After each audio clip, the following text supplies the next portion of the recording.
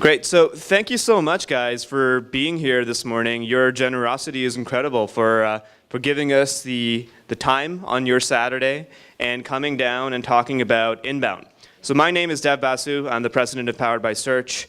I'm a passionate inbound marketer, have been for the last 8 years. That's about when this movement of inbound marketing really got started.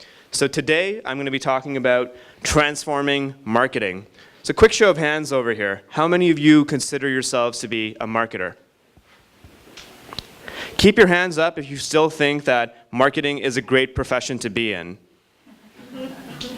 I believe it. I think it's a great profession because I believe that if every day that I work in it, I'm trying to change it. I'm trying to make it better, not just for ourselves, but for our customers and our customers' customers. So that's what really inbound is about. And what I'll be talking about today is how do we make inbound marketing that is more lovable, essentially. And that's not a word that you often hear thrown around in the boardroom. How do we make marketing more lovable? No, we hear more stuff about how do we get more leads? How do we reduce cost per lead? How do we get more opportunities, right? How do we make sure that our AdWords program is properly connected to our Salesforce CRM system, right? How do we make that dashboard work? But do we care about our customers? We'll find out. So bear with me while I'm making some changes here. Okay, so inbound marketing is no more just an idea. It is now a movement. It is not just an idea. It's evolved into a philosophy that is now being adopted. The fact that you're here on a Saturday morning, okay, you're dedicating your sort of weekend to us, is proof of that.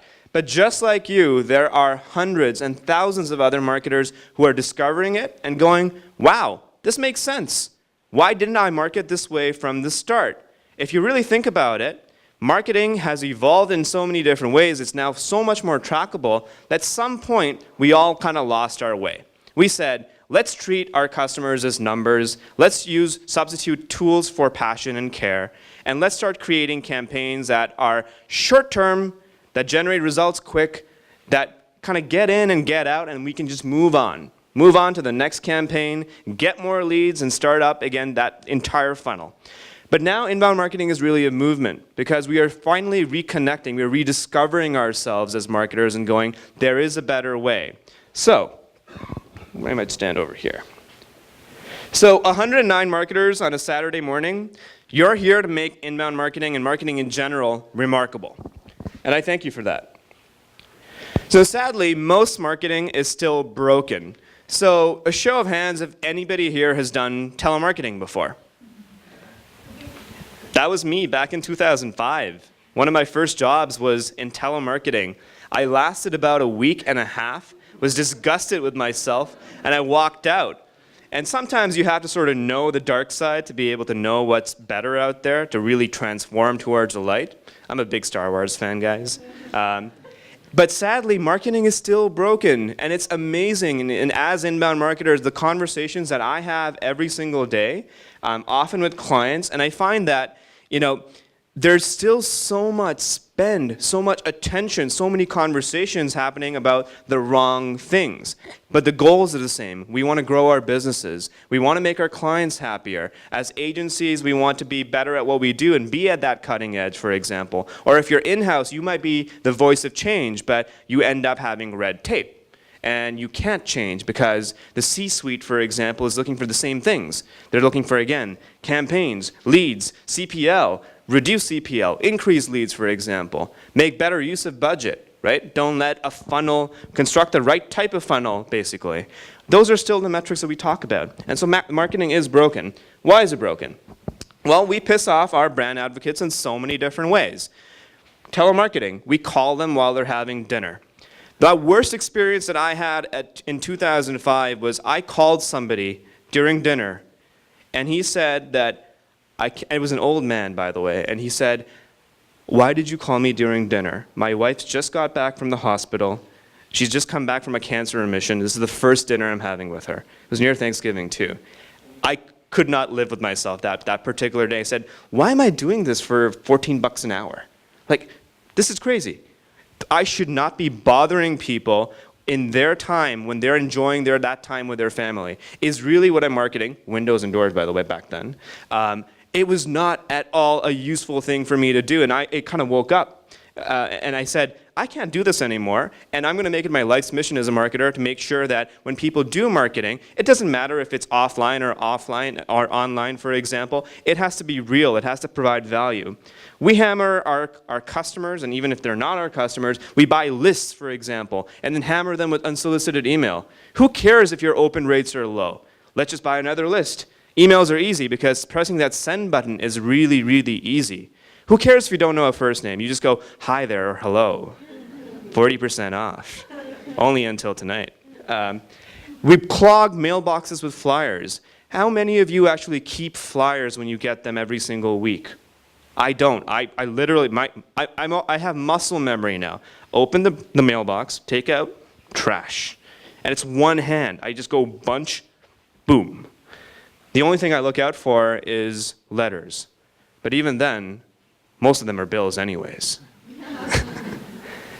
If you think about it, 12 years ago, the difference in customer love was if you got an email from a company, you got kind of excited, like, wow, they care about me, right? Now it's different because you sign up for something like an Aweber or a MailChimp account, for example. We get excited when somebody from their customer support team writes back to us with a little handwritten note and a smiley face or a heart on it, for example.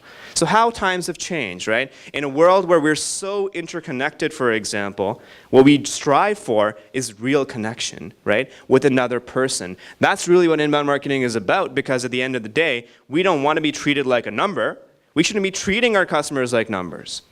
We clog up their mailboxes. We interrupt their day with commercials. Why? Because we work for big companies, or we own big companies, and because we can. It's possible. We have to use that money, that marketing budget somewhere. And so what we do is we interrupt their day. We get them between us and the content that they actually want to look at or view or consume, for example. And instead we do commercials. And now it's pervasive because it's not just on TV. I mean, I've been reading so many magazine articles or TV or articles on the web about how DVRs, for example, your Rogers Next box is the great enemy of TV commercials. Well, now it's on the web. How many of you can actually go look at a YouTube video? I would say probably every 1 and 2 YouTube videos now has an ad associated with them. And that's annoying. The founders of YouTube, when they built it, did not build it with the idea that it would become an advertising platform. They built it because they wanted to build the best possible video sharing platform in the world. And it's grown to be that. But now it's getting, again, more and more saturated, again, with advertising. And the advertisers who are actually going through and doing that are doing it because they can. Because you can't block out YouTube ads yet, right? There is no Rogers Next box. There is no DVR that can actually do that. But this is a cycle. Like if you think about it, banner ads, for example, back in 1998 or 1999, people actually liked clicking on banner ads. I would actually go, I want to see the landing page. I don't know what this is about. I'm going to click on it. Now, banner ads, dismal in terms of the actual return they have. Instead, as agencies, we sell them for what? Branding. Never for acquisition, right? And so what we talk about is the millions and millions of impressions that we're getting, full well knowing that they're not engaged.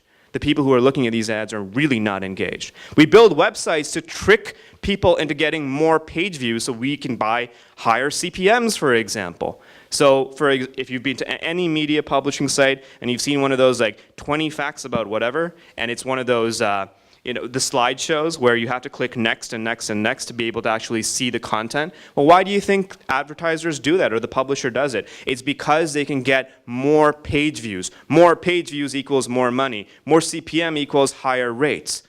Wow, how do we get to this? Why are we in this type of world? We steal their attention while they're driving. I'm talking about billboards over here. I can't remember a single billboard where I actually remember the actual phone number. And it's usually personal injury lawyers or somebody else, for example, on a billboard. Heard in a car, call William Matar. Anybody remember that ad? It's not even an injury lawyer from here. This guy's in upstate New York. And I go about this and go, would I rather focus on the road or do I care about your billboard? Why are you interrupting my day when I'm doing something really important? I could have my family, my baby in the car, for example. I don't want to be distracted by a billboard, no matter how great it looks. We divert their gaze while browsing the web. We do so by having flashy banner ads, for examples, pop-ups. Now we're smart as marketers. I think marketers in general have always been a little sneaky, a little smart, sometimes using their power for good, sometimes for evil. So what we invented was the pop-over, because they invented pop-up blockers. So it's always this fight against what consumers want, and then you have a couple of good people, who have developers and that type of thing, who go, I can do this for the consumer, and I can build an ad blocker. Okay, so that Facebook and Google and basically all of that stuff is ad-free. But then somebody goes, let's go build the pop-over. It's not going to be a pop-up blocker. It's going to take them years to figure out how to get rid of that. Well, we did that. And then we pressure them into the hard sell, which is exactly that, 40% off until tonight, for example. And we've figured out ways to be sneaky even with that. We figured out ways to automate it to make it seem like there's the hard sell, or there's scarcity, or there's limitations, for example, or while supplies last, for example. We put that in our ads. We put it on our landing pages, for example. We imply that you can actually get away with, have you ever been on one of those landing pages while you're on the landing page, for example, it says there's 20 of this left, and then as you're on the landing page, it's counting down, and it keeps going 19, 18, 12. It's crazy. But we do that because we know it works, and it's going to work on that one sucker who goes, gotta buy it now, otherwise I won't get it. Okay. And then we mislead them with deceptive advertising.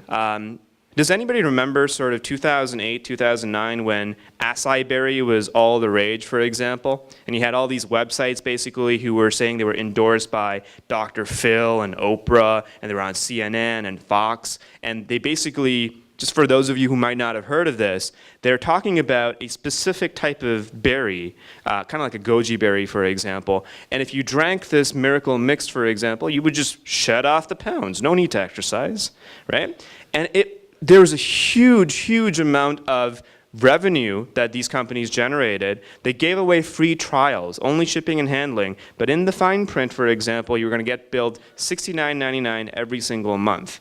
And they put a hold on your credit card for the first 6 months worth of it. Terrible. That's not marketing. That's deceptive. Is this what marketing has really become? So this shit drives a brand's most powerful advocates away, and they turn them into protesters, right? Now, we've seen this. We've seen this with some of the biggest brands, because now the power is within the customer's hands, right? Your customers and your clients' customers right now are more empowered than they ever were before. They know more about you. They know who works in your marketing team, for example. They know how to look for reviews about your product.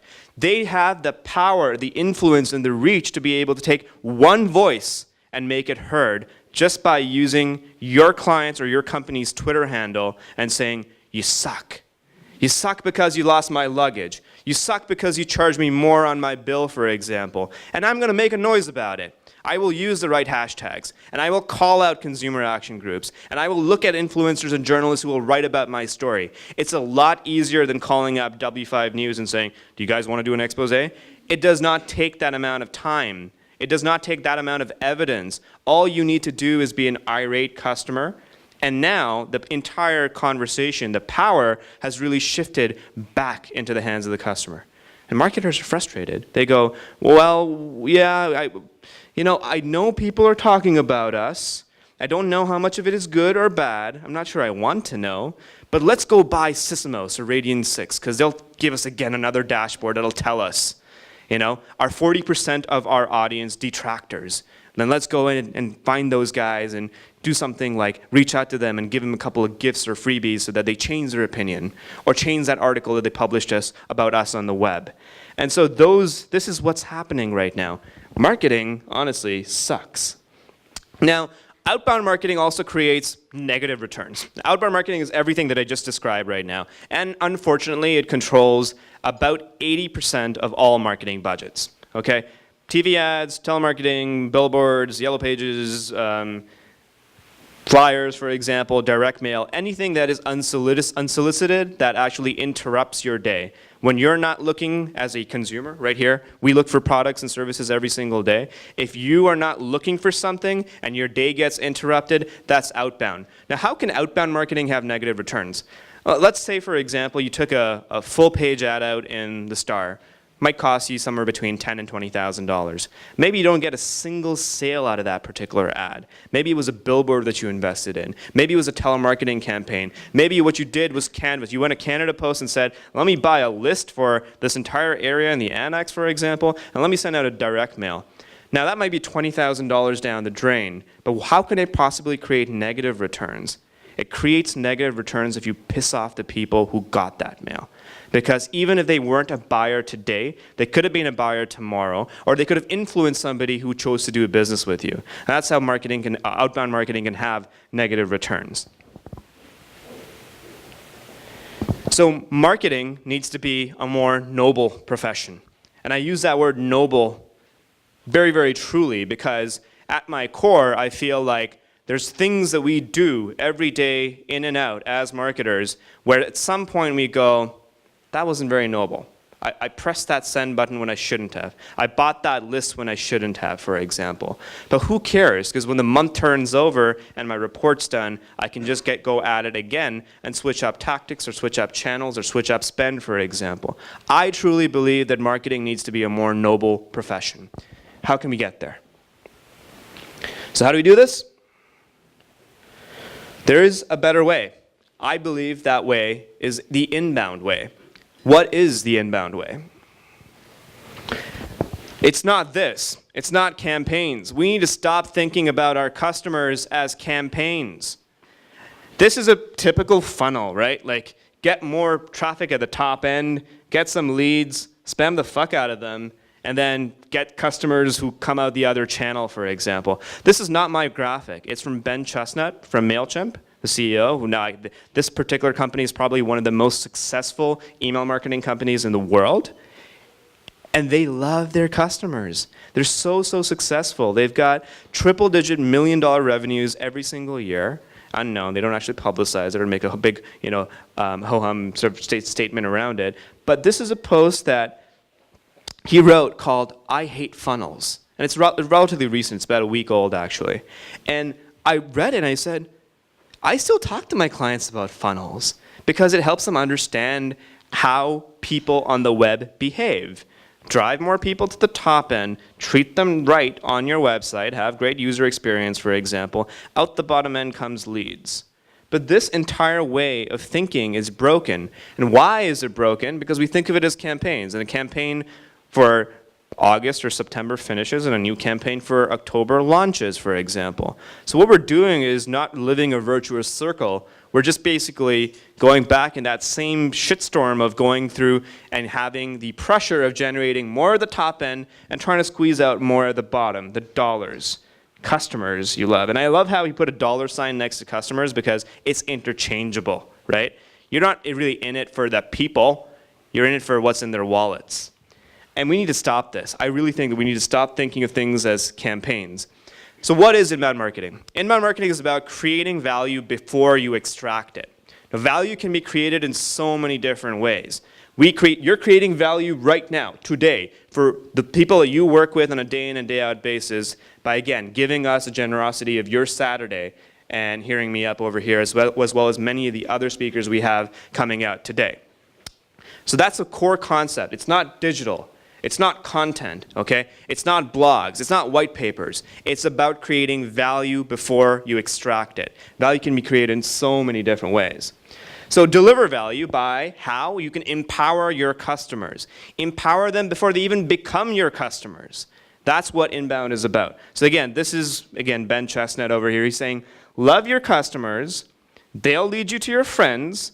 Friends will give you some loving too, even if they don't buy from you. Some try you out. Some don't. That's life. If you really think about it, get out of the marketing context for just a second, that's life. You meet a couple of people, some like you, some you identify with, some don't, right? We associate with our peers. That's why our friend groups basically resemble us. We trust those people for things that we buy or use and interact with in everyday life.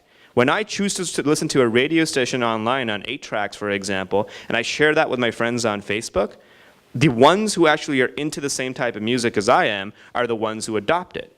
And then they share it again. Wow, that seemed natural to me. I didn't expect the guy who likes hip-hop to like house music.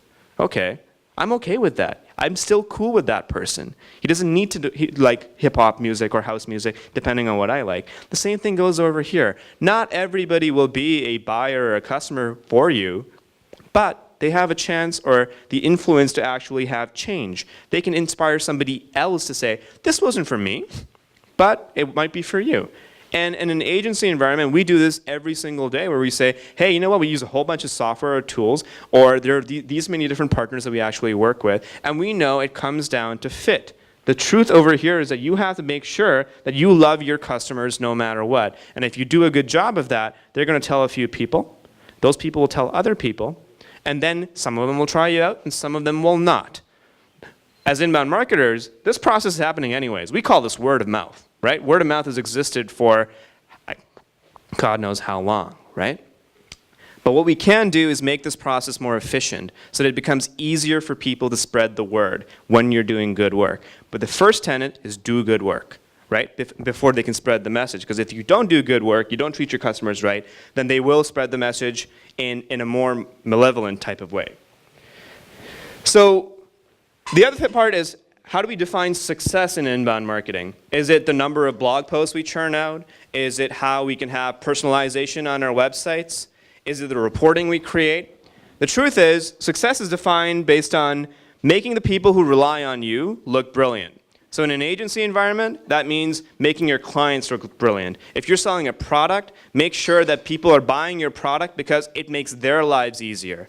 If you're selling a service, for example, do it so it actually saves somebody else time. And in a situation, for example, where that somebody else, your client, for example, values your opinion, your expertise. Have you ever had that feeling when you do a really good job and somebody sends you an email saying, man, you really saved my ass on this one? You know, or like, this was amazing. That's what inbound marketing is about. It's making those who rely on you look brilliant.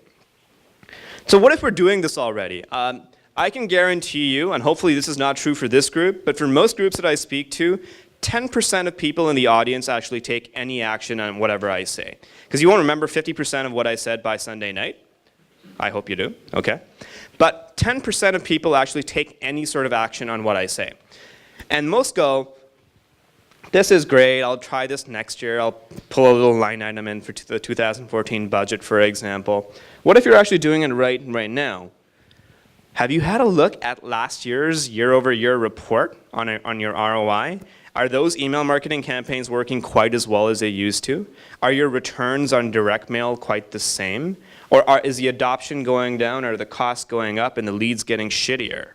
Because that's what I'm seeing with all our clients, for example, and their offline or their other outbound marketing spend. And that leads to frustration.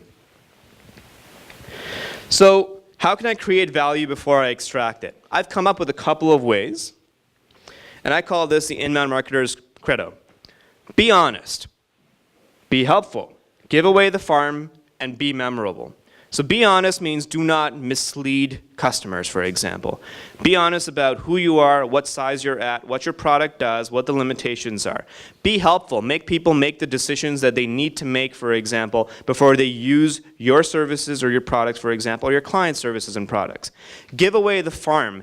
We've been holding back stuff for too long behind things like paywalls, for example, or basically withholding our knowledge. Give away the farm, because that is the best possible way in an online world where people are on your website or on your online properties 24/7, for example. You can't control when they come and consume your content, but what you can do is control what content you put out there. And then finally, be memorable. Nobody likes reading stuff or consuming stuff, for example, that is boring. 4 more.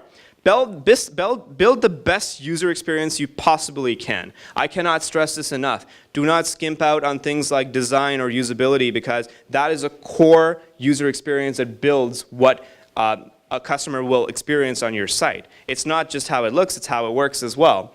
Make something that people love, and in the sense that don't just make your products dry or services dry, make sure that there's some interactivity, there's some spontaneity with it. Ultimately, for example, I think Apple gets this right every single time. They make their products fun and lovable to use. Keep your promises and then some. So when you say something like, on the landing page, our reps will give you a call back within 1 hour, they better call back within 1 hour. Or make it even better. Do things like what Zappos does, for example. You buy something with regular shipping, they'll actually send it to you same day at no extra cost. It's that extra surprise that people crave. The fact that somebody else cares about you and you're not just a transaction or a customer number. And the last thing is be personal. So who's transforming inbound marketing or just marketing alone? Who do you think? We are. Thank you.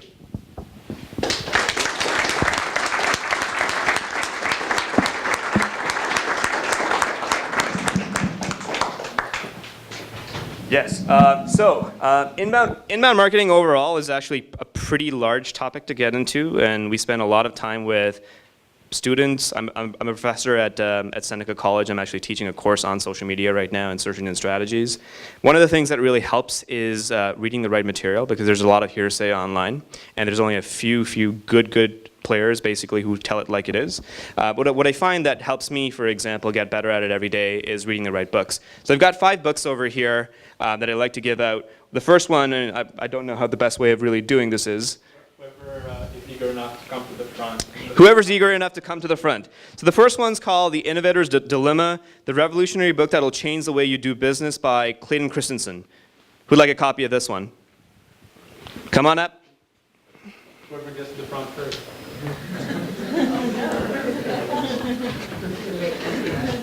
Thank you. Here you go. Cheers. The next one's called Blue Ocean Strategy. I love this book because Blue Ocean Strategy is about not fighting over the same markets, for example, that your competitors are bloodying up waters around. It's not about bidding more or getting better search engine results or creating more content just because your competitors are. It's about creating new markets. So I saw a whole bunch of hands. Whoever comes up here first.